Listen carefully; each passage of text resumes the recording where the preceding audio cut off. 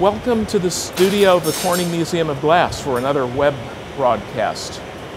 We're here this morning with Martin Janecky, who is a very celebrated Czech glass artist. He's teaching a class it's called Sculpting Inside the Bubble. Martin works in a really unusual way, and we'll talk about that more later. But I just wanted to fill you in on what you're seeing right now. A couple of days ago, Martin made a blank and did some grawl work. That is, he cooled the blank and did some cold working on it. And it's been reheated and repicked up. Martin, so what exactly did you do in terms of grawl work? What did you do to the blank?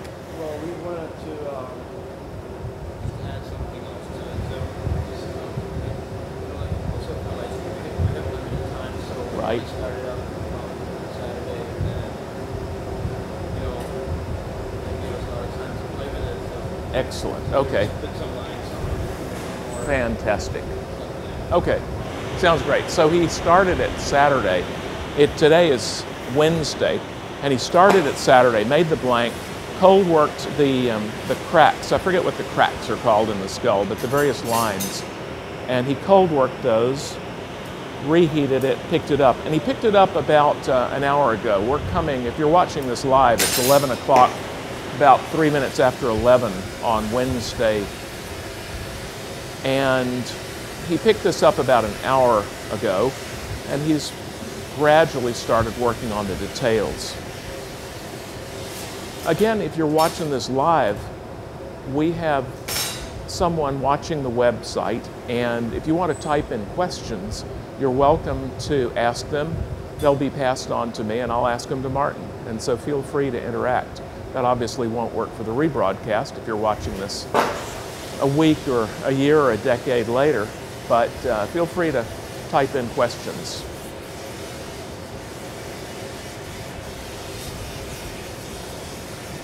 I'm standing behind Martin. I'm Bill Goodenrath. I'm the resident advisor here at the studio. You may have seen one or two of my webcasts.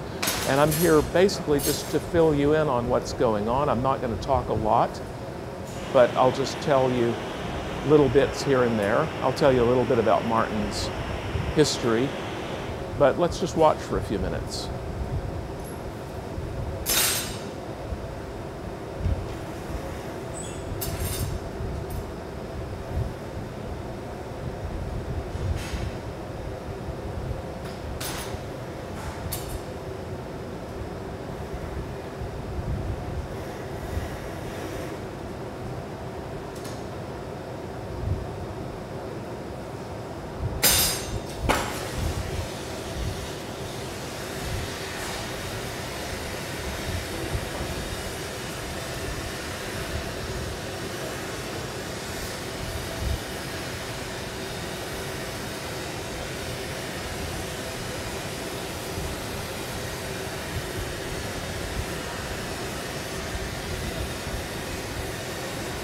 I mentioned that this class is called Sculpting from Within the Bubble, and a lot of the work that Martin did for the grawl, he did with a hole in the top of the head, in the top of the skull, and through that he used tools to shape the inside. Well, he's going to do more of that in a minute. What's going to happen now is he's going to transfer this to a punty, break it off the blowpipe, and there'll be a hole left where the neck is, and then he'll reheat areas with torches and with the glory hole and go in with this really curious set of tools. We'll ask to get a close-up of those in a little while. He has this really odd set of tools that he uses to reach inside and push outward from within to create the shapes. This is a really, really unusual way of working.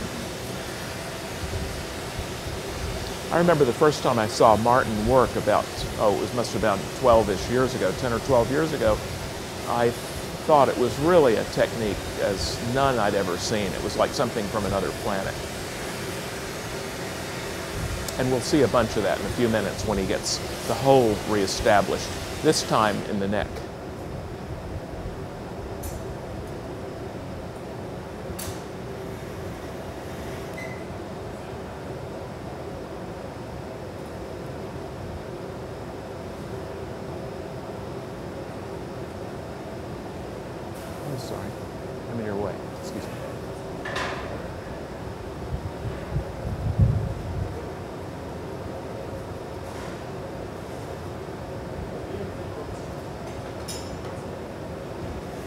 This is a particular kind of puntee that is typically called a sculpture puntee, and it's made so that it for sure won't leave a divot in the place where it's attached, and it for sure will leave excess glass that'll have to be cold worked off.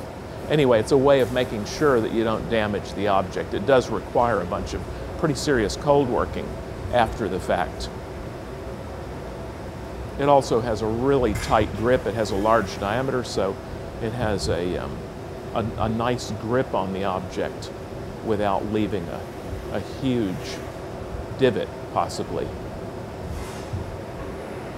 So that's what Martin's doing right now over at the Marver. He's preparing this sculpture puntee.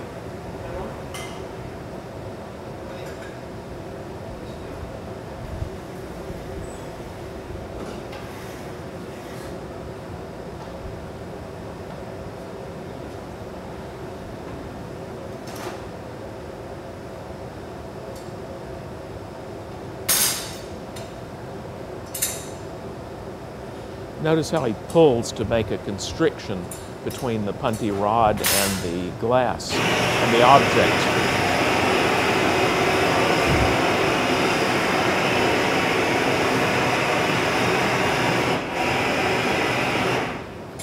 And of course, it's at that constriction that it's going to break for certain. It makes the constriction a little narrower, a little sharper.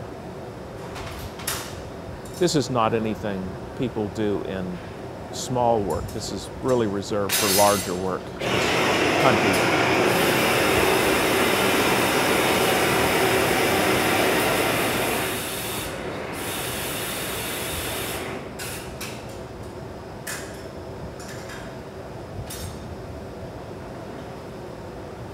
And here comes the break from the blowpipe.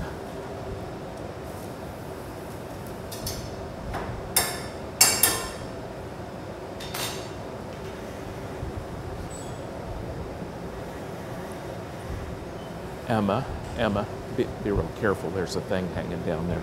Thanks.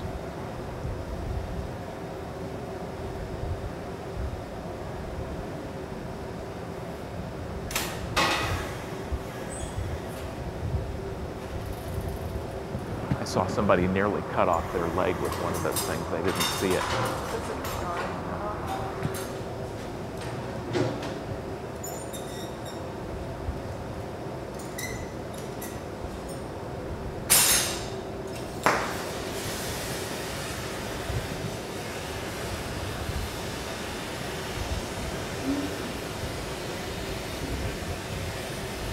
As you can see, that wasn't an ideal break. There's a divot in there that he's going to have to fix, but it's no serious issue.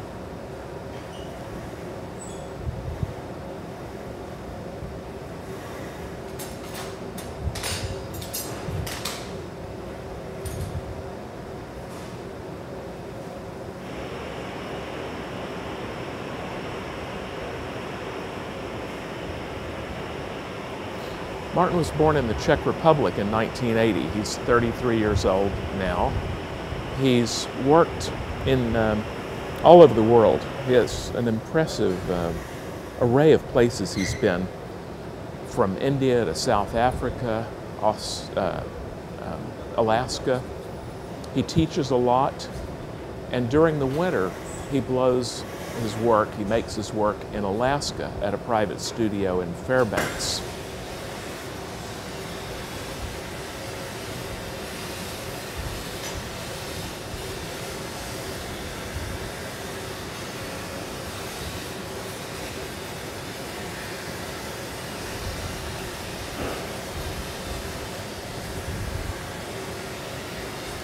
His mother was a glass painter, his father a glass technician, and when Martin was just a small kid, they opened their own factory, their own studio and factory, and he began blowing glass at something like age 6 or 7.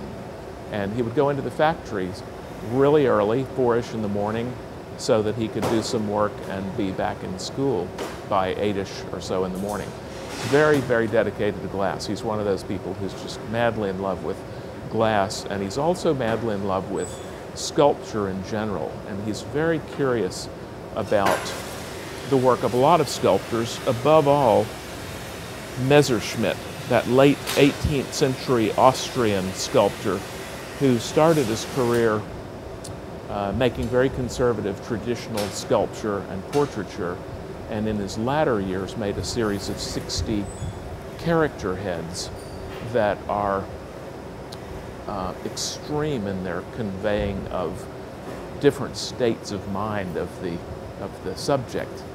And if you don't know the work of Messerschmitt, I urge you to Google it and look into his work. Franz Xavier Messerschmitt. And this is a real important influence for Martin. He's very knowledgeable about Messerschmitt's work.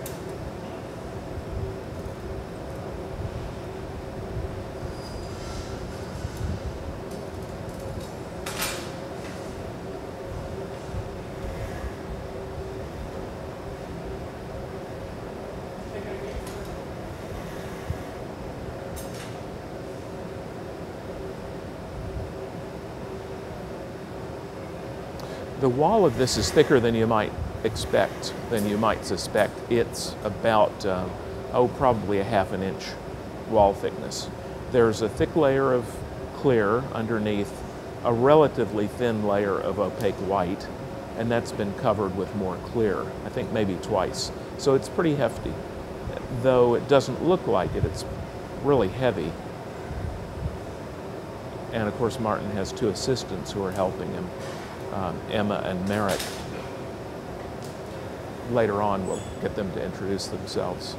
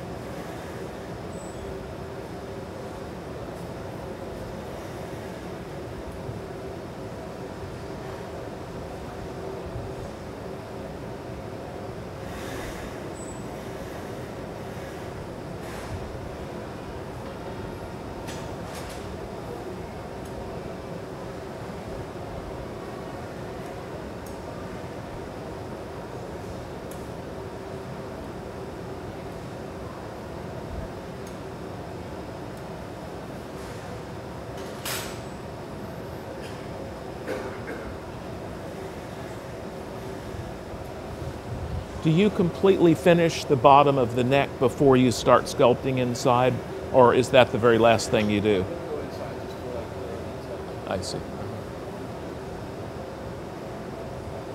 I see. I see. He just, if you didn't hear that, he said he's going to go inside for the details. Looks like the mouth, the teeth and so forth.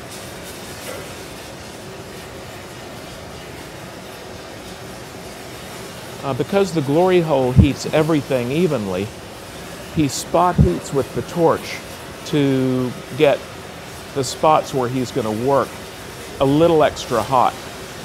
So he preheats with the torch.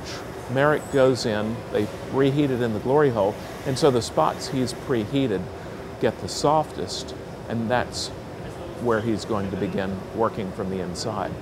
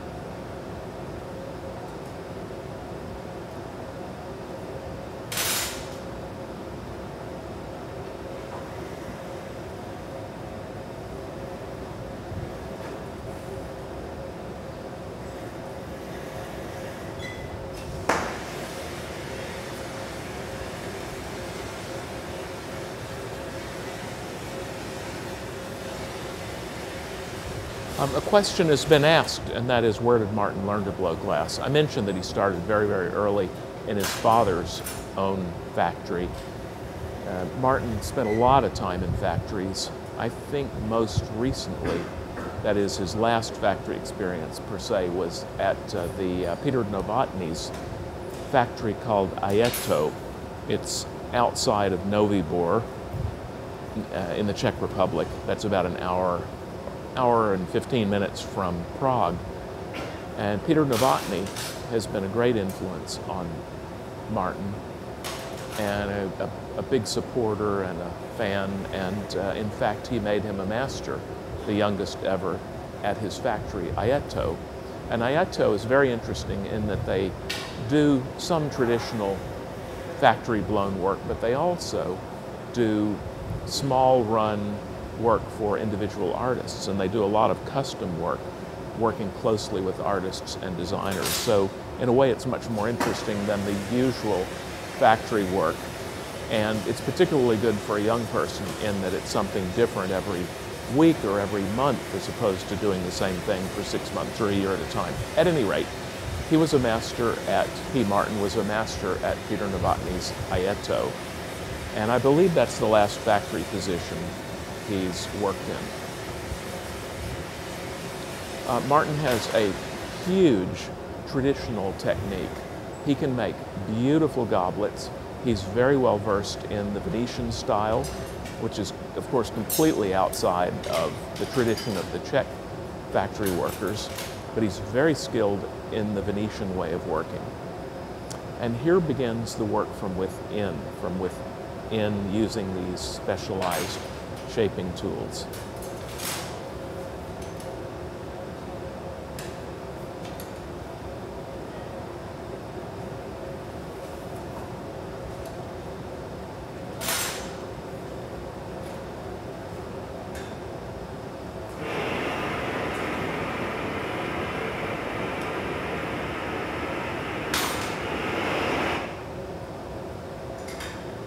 In the chance that you, the viewer, are new to glass or don't know why they keep flashing this in this reheating oven, the glory hole, and why this fellow Jack just blew on the glass on the end of the punty with the torch, everything has to be kept above about 1,000 degrees Fahrenheit or it'll crack.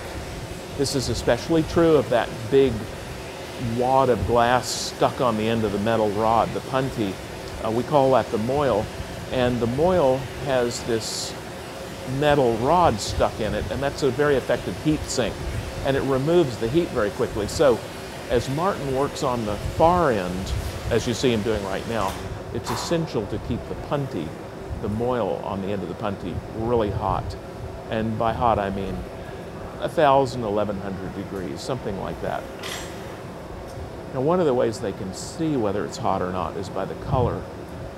It's this particular glass, and this is spruce pine 96 or 87. It's spruce pine 87.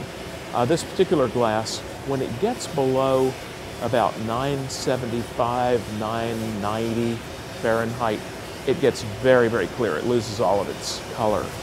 Above that, it has a slight yellowish color to it.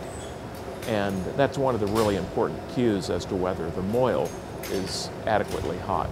And if it gets too clear, too colorless, they'll start blowing on it with this big brushy flamed weed burner torch.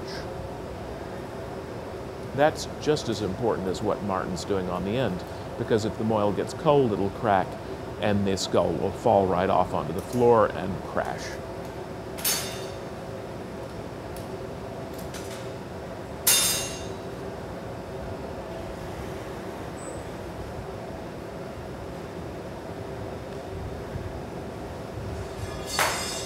To Martin's left, maybe in your view, maybe out of it, there's a photograph, a drawing of a skull, a side view. That's what he turns to his left and is referring to.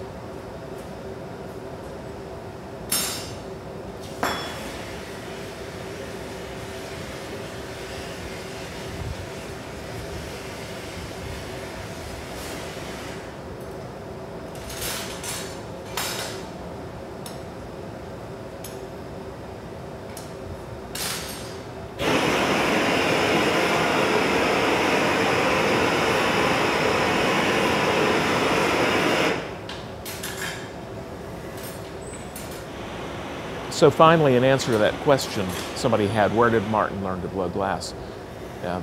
Primarily factories for his basic technique. That's where he gets the speed and the precision and the absolute control of the material. And as I said before, he's worked with a lot of different artists. He's very influenced and very interested in the work of, for example, Mark Petrovic. He worked for Billy Morris, the celebrated American sculptor, studio glass sculptor, as opposed to William Morris a century earlier.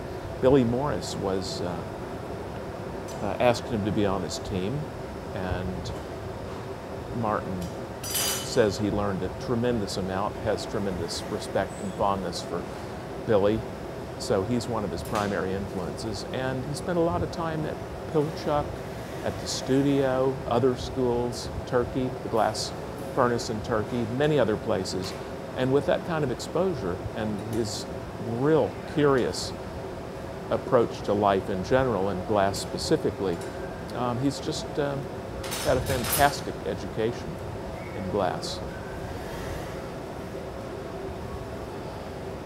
And all this at the age of 33. It's not bad.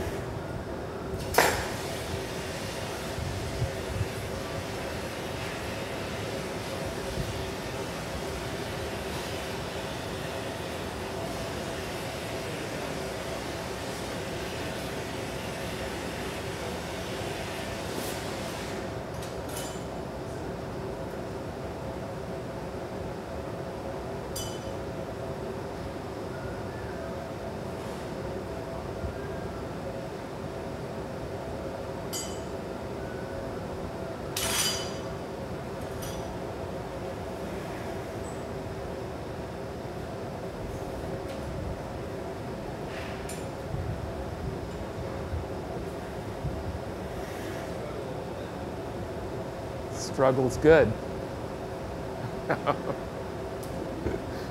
Oh, Martin said he's struggling a little bit, and I said, struggle's good. And he just gave me a real evil eye.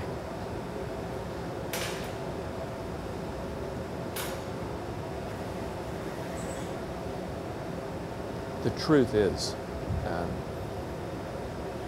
is Martin loves challenges, and he loves not being able to do something. It really excites him to have new problems and new challenges. This has been really fun to see him take on a lot of different techniques in the years I've known him. He's really a deeply curious person. Maybe during a reheat, possibly, if Dan on the handheld camera could maybe do a close-up at some point of the tools. He has this array of tools that are custom made for him. They're to his right, not the immediate bench to his right, the immediate tool desk, but the next one. And I'll go over and mention that to Dan, that maybe during a reheat he could do a close-up. They look positively medieval. They look like torture tools, really.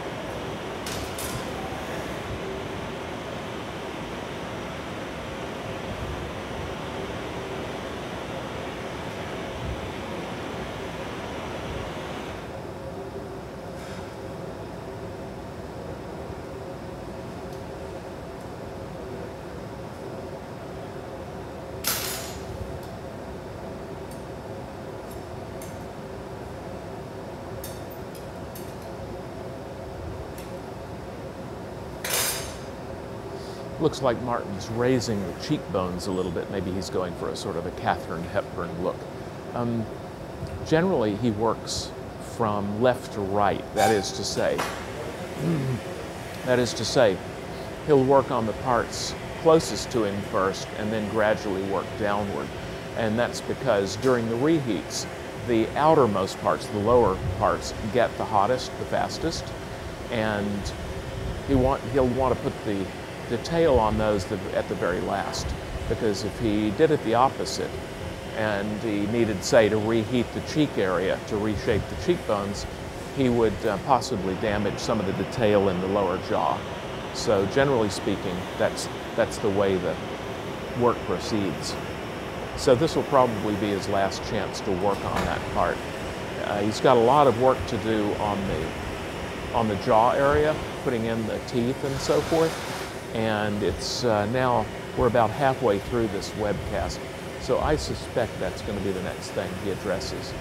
There's a real hot torch right on the moil. He may have been a little concerned about the temperature of the moil at the very edge, so he just zapped it with the super hot torch. What's a new question? How, taking into consideration the whole shape, how long?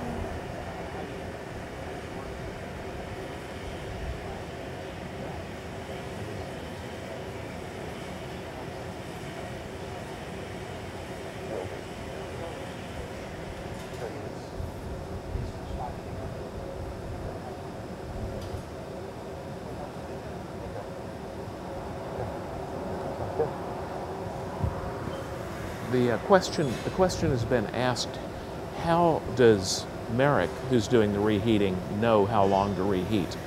And of course he's being directed by Martin, who's right there. As I mentioned before, Martin preheats an area with the torch, and the flashing in the glory hole, the reheating in the glory hole, is for two purposes. One is primarily, the number one purpose is to keep everything above about 1,000 degrees Fahrenheit.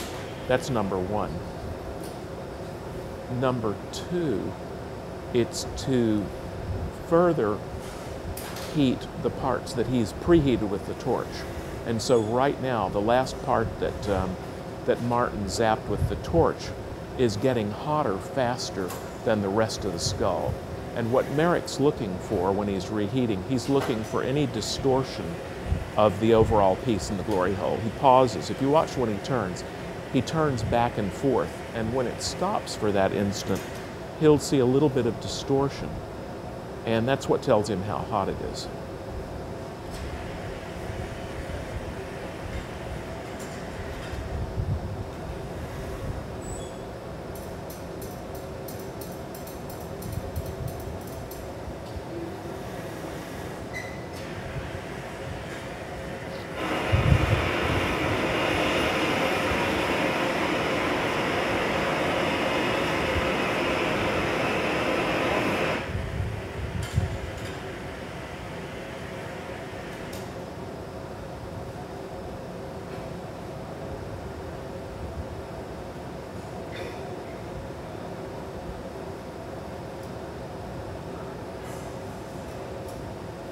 It looks like he just put in a line to articulate the upper teeth from the lower teeth. You can see that this isn't going to have a separate lower jawbone. It's all one piece.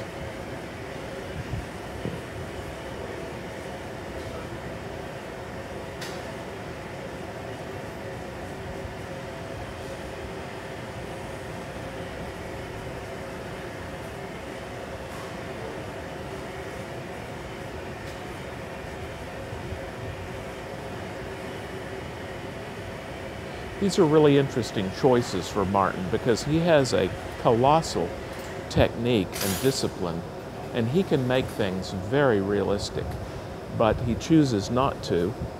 And that interpretation, I mean, that difference between an absolutely realistic skull and his version of it is his creativity. That's what he puts into it. That's all his own. And his choice to make it all one piece as to having a separate jawbone is one of the choices he made, obviously, before he started. So now he's articulating the teeth.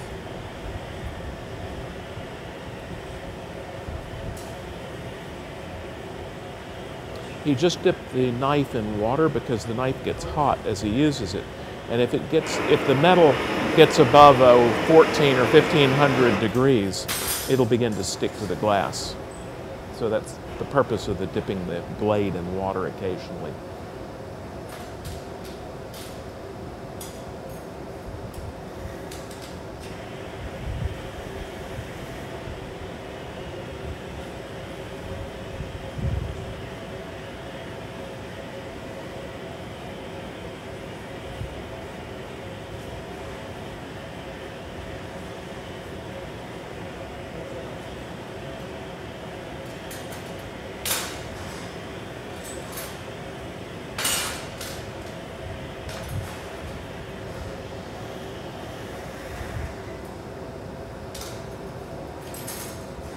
I don't know whether you could see that. He just preheated the tools he's using right now.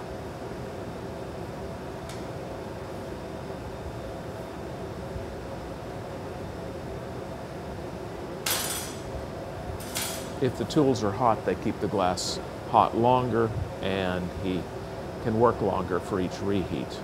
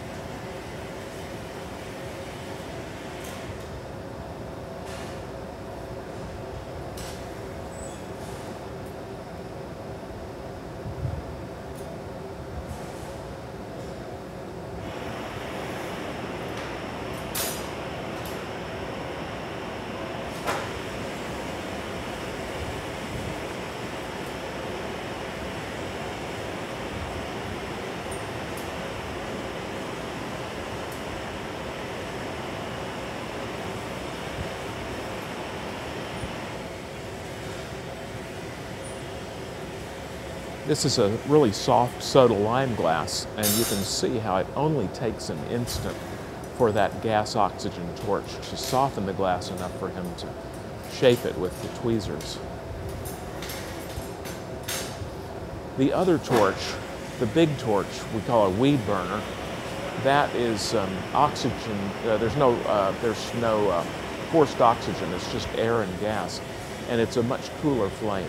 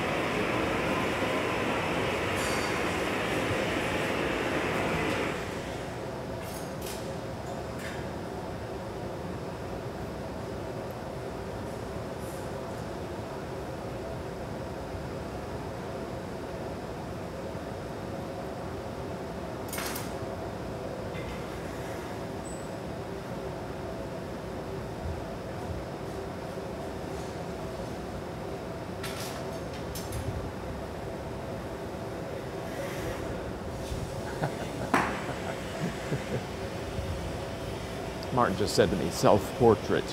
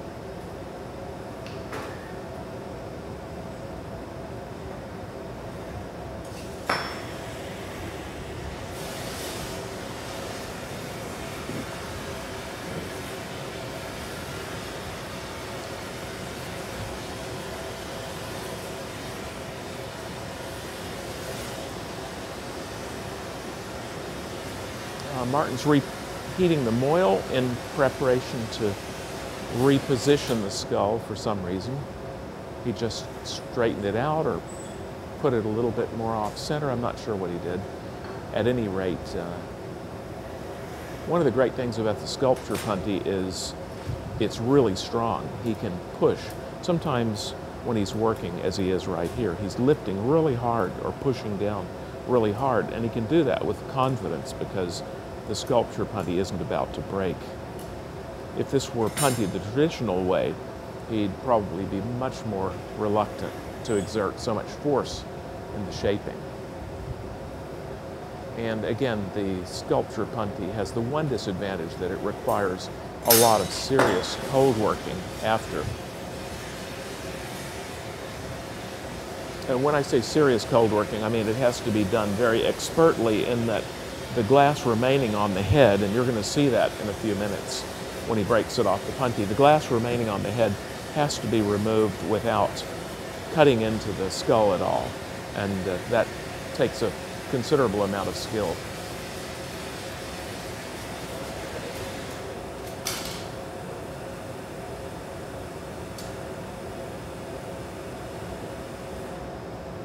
Martin comes from a tradition that is, I would say, the second most important tradition that continues from historical times, and that is the Bohemian glassworking tradition. The way Czech workers work today and in factories in the last few decades is very much the way glass was practiced. Glassworking was practiced in the 17th, 18th, and 19th centuries in then Bohemia. And the other great influence, of course, is Venice. Hard to say after those two. Probably the Scandinavian glassworking tradition, specifically the Swedish.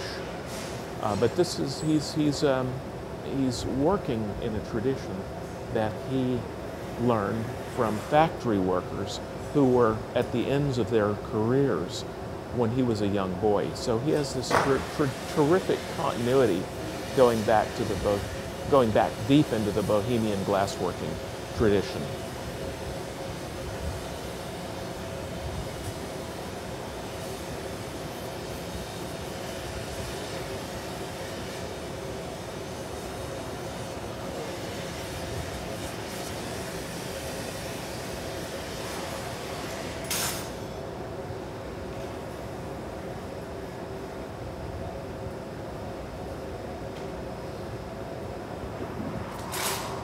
Emma, when you get a chance, when it's safe for you to do it, would you go back behind the hood and get that goblet that he made at my furnace the other day?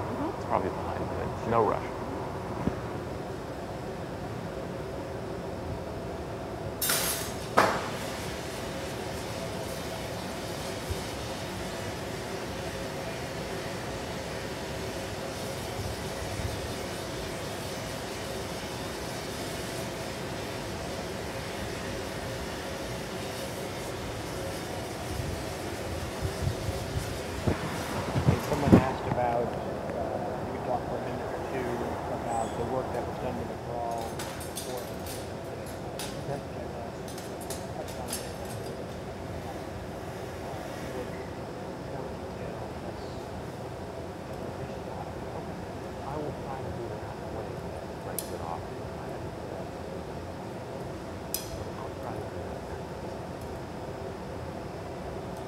I'll remember that.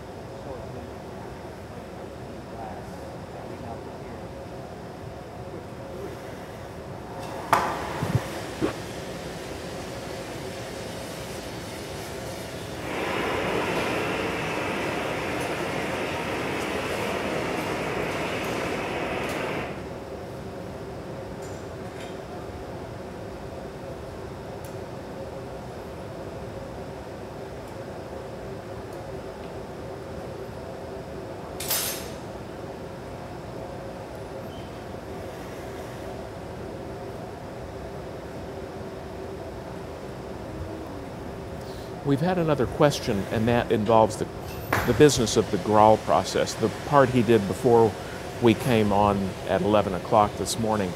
And if he finishes this a little bit early, I'm gonna ask him, and he can tell you directly exactly what went on.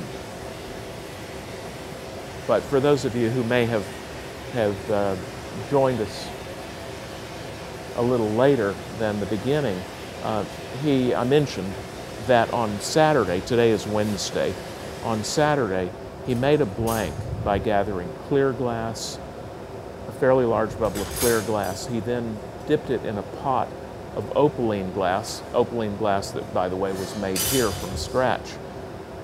And then he dipped it in the clear glass a couple more times. So it's a thick wall, about a half an inch, maybe a little more than half an inch thick. And it's, as I said, it's clear glass, a layer of opal, and then more clear glass on the outside. So he blew a bubble, shaped it some, cooled it, annealed it, and then did some cold working on it. And I'm not sure exactly what cold working he did, so I'm hoping I can ask him that at the end.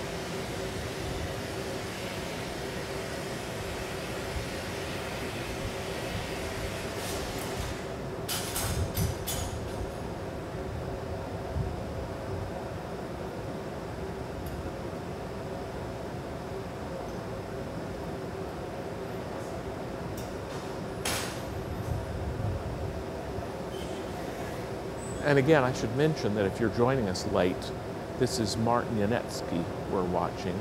He's a Czech artist who was born in 1980 in then Czechoslovakia, now the Czech Republic. He's been a glass worker on and off since he was about 8 years old, and he's making a skull. And his class, this is a demonstration that's taking place during his class. The class started, this is the second week of a two-week class, Wednesday, as I mentioned, and this title of the class is Sculpting from Within the Bubble. And Martin's unique technique, his unusual technique, is that he has this array of curiously shaped tools, and we'll try to get a close-up of those in a while. Maybe that's already been done. And he heats the glass and reaches inside, either through a hole in the top of the head or a hole around the neck area, and he shapes the glass by pushing upward and downward with these long neck tools.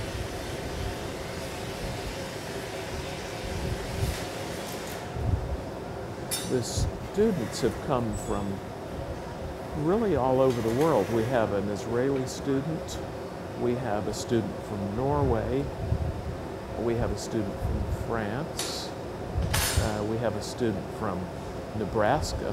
Oh, sorry, that's part of the United States, right?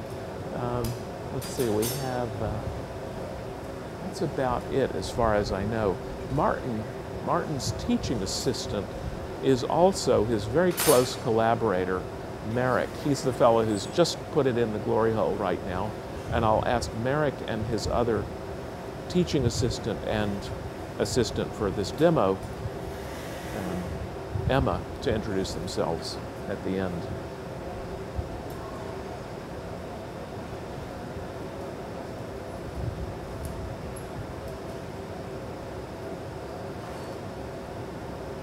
If you occasionally see behind me, there are bleachers in the shop that we call Hot Shop A here in the studio of the Corning Museum of Glass.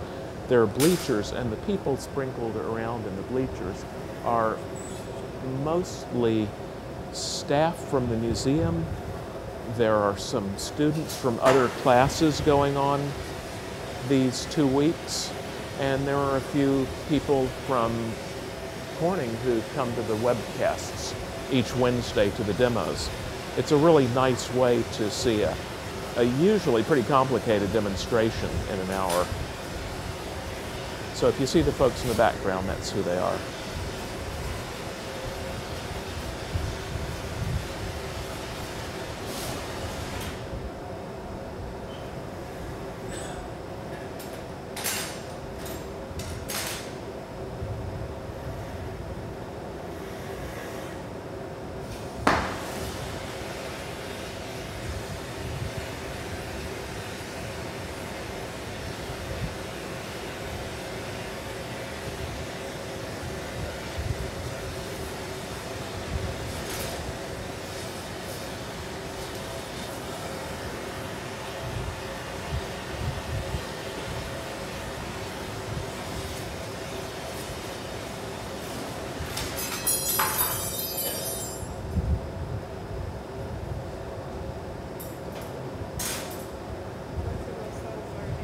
Drinking out of it.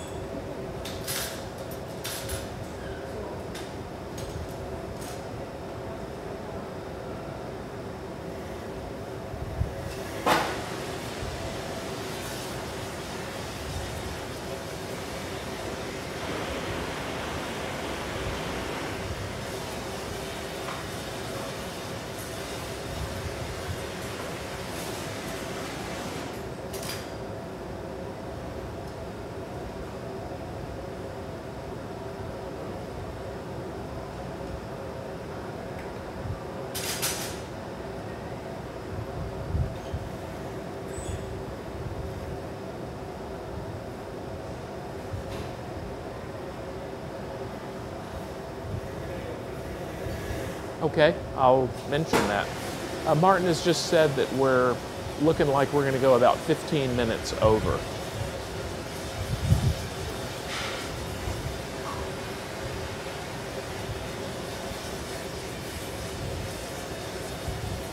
I believe if you're watching this live on Wednesday, that we will stay with it and you'll be able to see the complete piece. If you see this as a rebroadcast or if you see it online from our website days or weeks or months later, I'm sure the whole thing will be put on there.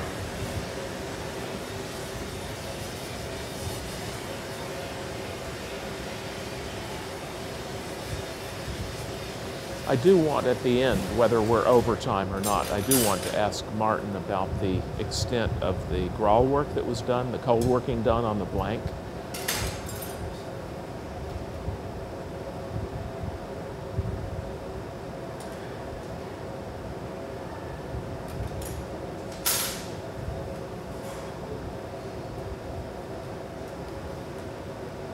Well, I seem to have been utterly wrong about the idea that he would exclusively move from top to bottom, from left to right, because he's resumed working around the eyes.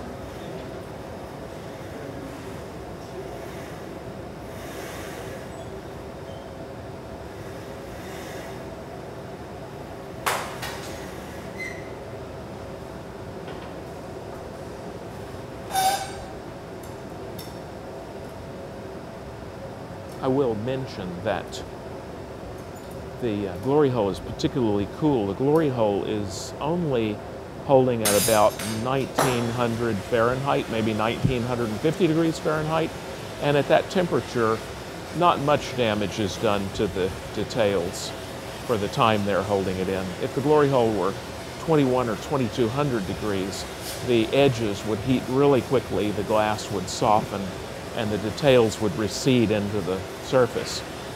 Maybe that's part of the strategy of having the glory hole so cool.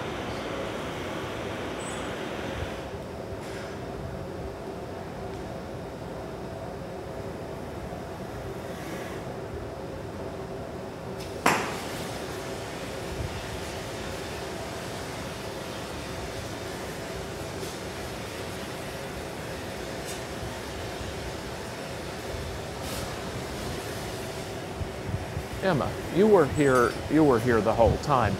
Would you tell us, would you describe what he made, what the growl looked like, what the blank looked like, and how he cold worked it? What did he do? I was actually not here for that stage. Oh, okay. Big help you are. So I Okay, apologize. all right, okay. Well, I guess we're going to just have to hope for the best and have a little bit of time to ask Martin about it later. Yep. Yeah.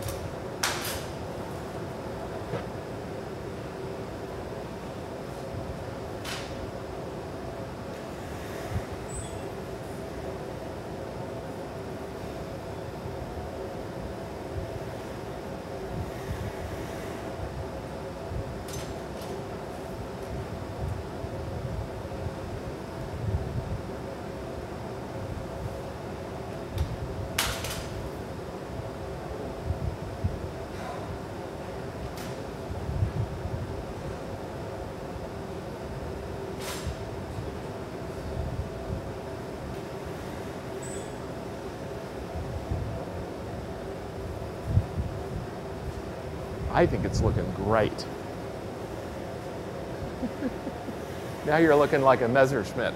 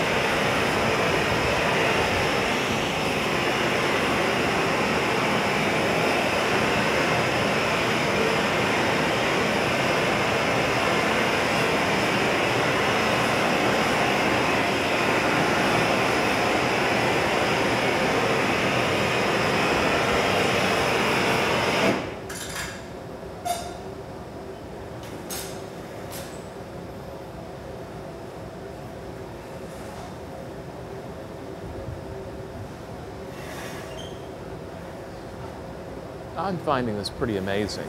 He has just a moment ago created the articulation between the left and the right sinus opening, and he grabbed a little bit of hot glass right in the center and pulled upward. You might have seen the long string there. I don't know whether that's called the septum bone or whatever, but it seems to me to be something like the septum bone. I think that's a good name for it if it isn't really that. At any rate, he's created that, and now he seems to be working on the upper threshold of the sinus opening.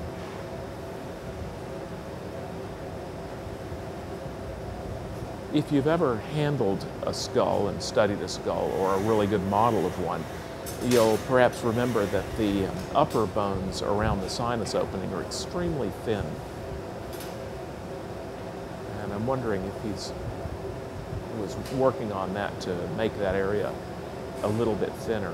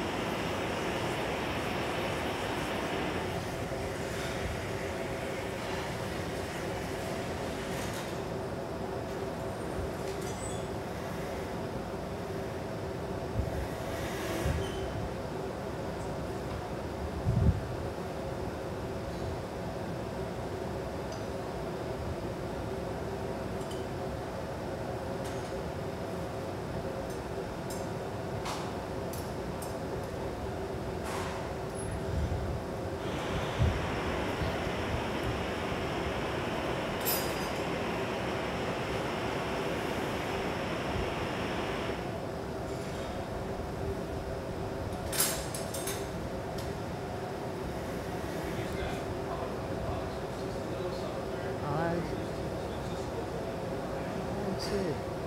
see. Okay. Well, that's very interesting. Martin just said that, as I mentioned before, he's using pot opal. That is opal we used, and it's the opacity is gotten with, I think, bone ash. I'll have to ask Harry Suman, our studio manager, the fellow who comes out occasionally and passes on your questions to me. But I believe it's softened with bone ash. That is, it's opacified with bone ash, and that makes the glass very soft. And Martin was just saying that with each reheat, it is softening the details, so he's working to sharpen them up a little bit.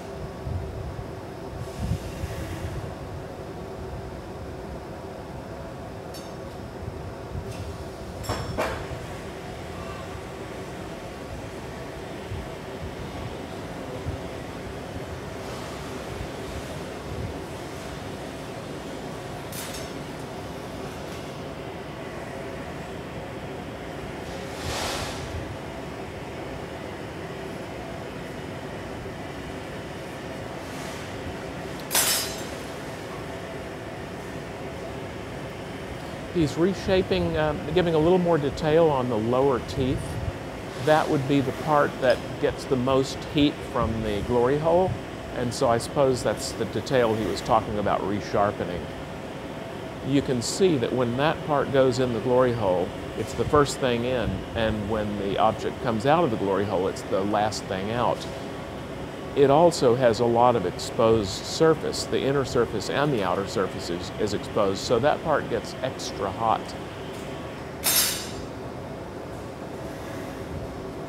And the longer the glass is hot, the more likely the details are to recede into the surface of the glass.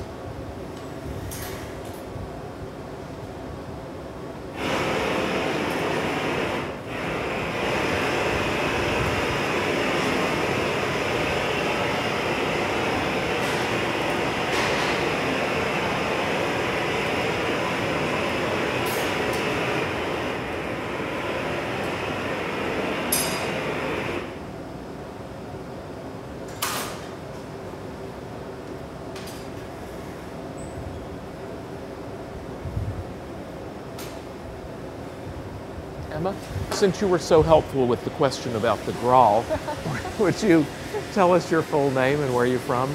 Sure. My name is Emma Walters, and I live and work in Baltimore, Maryland. So I've come up here to help Martin, and it's been a really, really fun time. Wonderful. Emma Walters from Baltimore. That means you must own the Walters collection. I wish. Oh, okay. I see. That means you must know John Waters and Johnny Toso. But of course. Of course, yeah, right. Okay, thanks.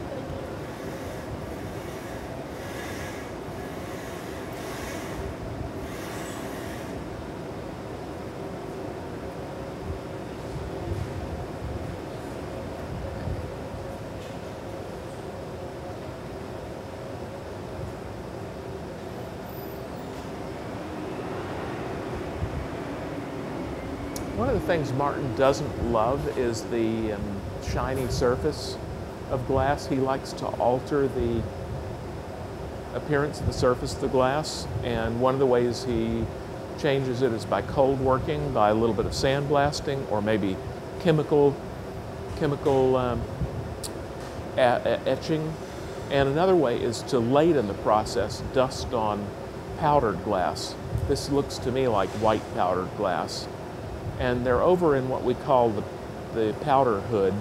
It's got a filter and a vacuum blower on it, a suction thing on it. And that way the dust from the powder doesn't go out into the room. But he's dusting the surface with powdered white glass, and that is going to pretty much do away with the shiny, glossy appearance. And Merrick flashes it, and so of course the powdered white glass to some degree melts in and is slightly fire polished. Now if they were to leave it in the glory hole, it would get perfectly shiny again. But it's looking to me like we're getting real close to the final stages of the process.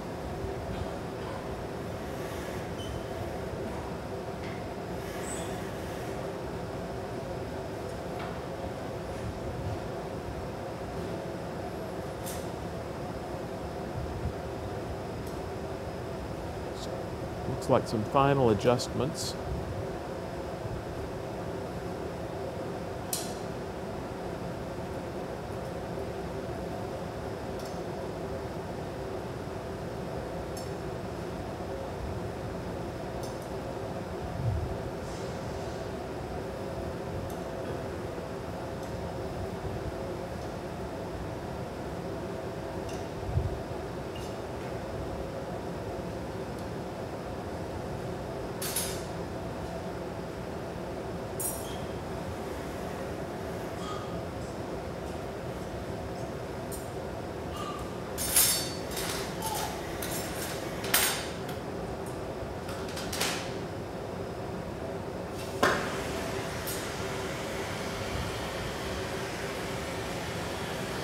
So it looks like they're getting close to breaking this off the punty and putting it in the annealing oven.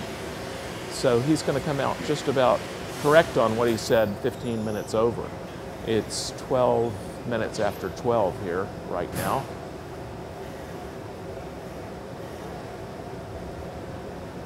And the breaking of a sculpture punty is pretty straightforward. Because it's a constriction, it's likely to break in the right spot anyway, but let's see exactly what he does to make sure that that's exactly where it breaks.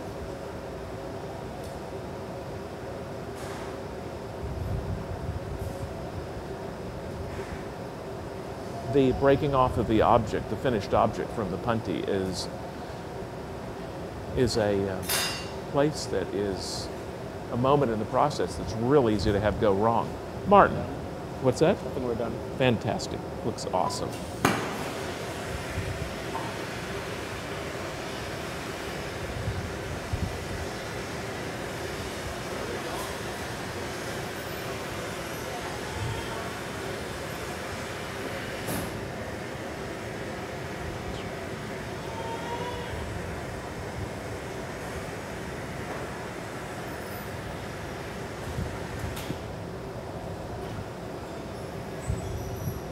You can see that Martin's really reheated that constriction, and I suspect that he's going to take the straight shears and bite away at it and then give the pipe a good bang.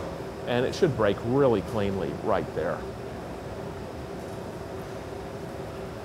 Now, right after he breaks this off, and people applaud, as they inevitably do, I'm going to ask him about the growl, what the growl looked like and what he did to it exactly, because we have had a few questions about that.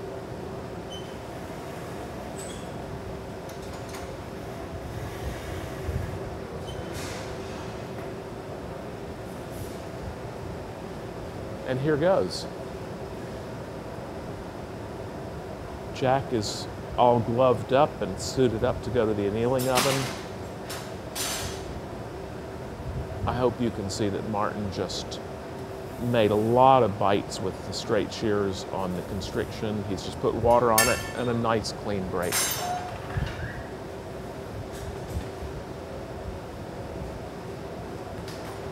Bravo.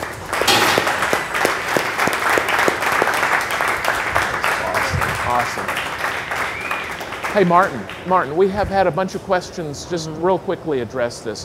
What did the blank look like, the growl blank, and what did you actually do to it, and how did you do it?